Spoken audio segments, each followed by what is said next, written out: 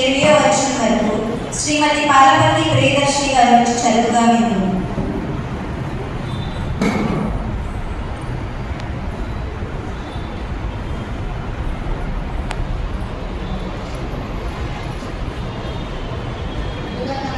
నా వందనాలు తెలియజేసుకుంటున్నాను. ఈ సమయం ఇచ్చినటువంటి రీకొల్లు చక్రధరరావు గారికి నా వందనాలు తెలియజేసుకుంటున్నాను. అలాగే అదనపు కాపర్లు పలుచూరి దేవసహాయం గారికి నా వందనాలు తెలియజేసుకుంటున్నాను. రెవరెండ్ బండ్ల విద్యుత్ గారికి, కాళమూడి జేమ్స్ గారికి, గోడమూడి డేవిడ్ గారికి నా వందనాలు తెలియజేసుకుంటున్నాను. అలాగే స్త్రీల సమాజపు కన్వీనర్ శ్రీమతి రీకొల్లు అరుణాచక్రధరరావు గారికి నా వందనాలు తెలియజేసుకుంటున్నాను. అరుణాచక్రధరరావు గారి గురించి ఒక మాట చెప్పి నేను పాత్రికలను జరుపుతాను. అమ్మగారు జ్ఞానవంతురాలు, తన గృహాన్ని కట్టుకోగలిగిగా ఆమె తన గృహాన్ని కట్టుకోవడమే కాకుండా మాకు కూడా మా గృహాలను కట్టుకోవడం ఏ విధంగా, మా భర్తలతో ఏ విధంగా ఉండాలి, మా పిల్లల్ని ఎలా పెంచుకోవాలి అనే విషయాలు విలువలతో కూడిన వాక్యాలను మాకు నేర్పిస్తూ మాకు సహకారిగా ఉంటున్నందుకు ఆమెకు నా వందనాలు తెలియజేస్తున్నాను. అలాగే మేడం గారు పొద్దున చెప్పారు మార్నింగ్ సర్వీస్లో, నేను మా పిల్లలకి నేను ఫ్రాగ్రెన్స్గా ఉంటున్నాను అని.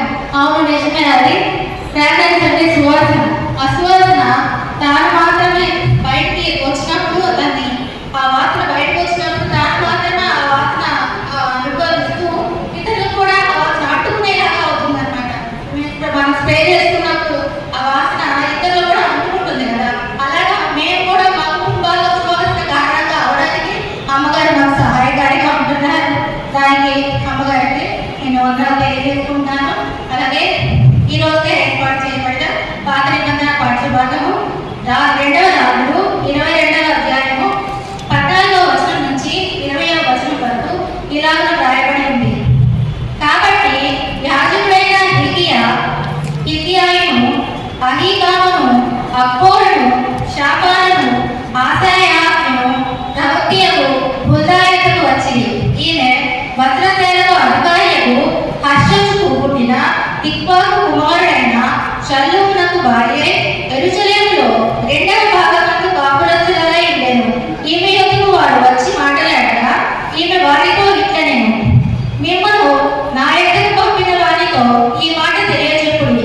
యెహోవా సెలవిచ్చినదేమనగా, యూదా రాజు చదివించిన గ్రంథంలో రాయబడి ఉన్న కీడంతటిని ఏదీ విడిచిపెట్టకుండా నేను ఈ స్థలం మీదికి దాని కాపురస్తుల మీదికి రప్పింతును. ఈ జనులు నన్ను విడిచి ఇతర దేవతలకు ధూపము వేయించు తమ సకల కార్యముల చేత నాకు కోపం పుట్టించి ఉన్నారు కనుక నా కోపం ఆరిపోకుండా ఈ స్థలం మీద రగులుకొనుచున్నది. యెహోవా యందు విచారణ చేయుటకై మిమ్మల్ని పంపిన యూదా రాజునకు ఈ మాట తెలియపరచుడి. ఇశ్రాయేలీయుల దేవుడైన యెహోవా సెలవిచ్చినదేమనగా, ఈ స్థలము పాడవులనియు దాని కాపురస్తులు దూషణాస్పదులనియు నేను చెప్పిన మాటలను నీవు ఆలకించి మెత్తని మనస్సు కలిగి యెహోవా సన్నిధిని దీనత్వము ధరించి నీ బట్టలు చింపుకొని నా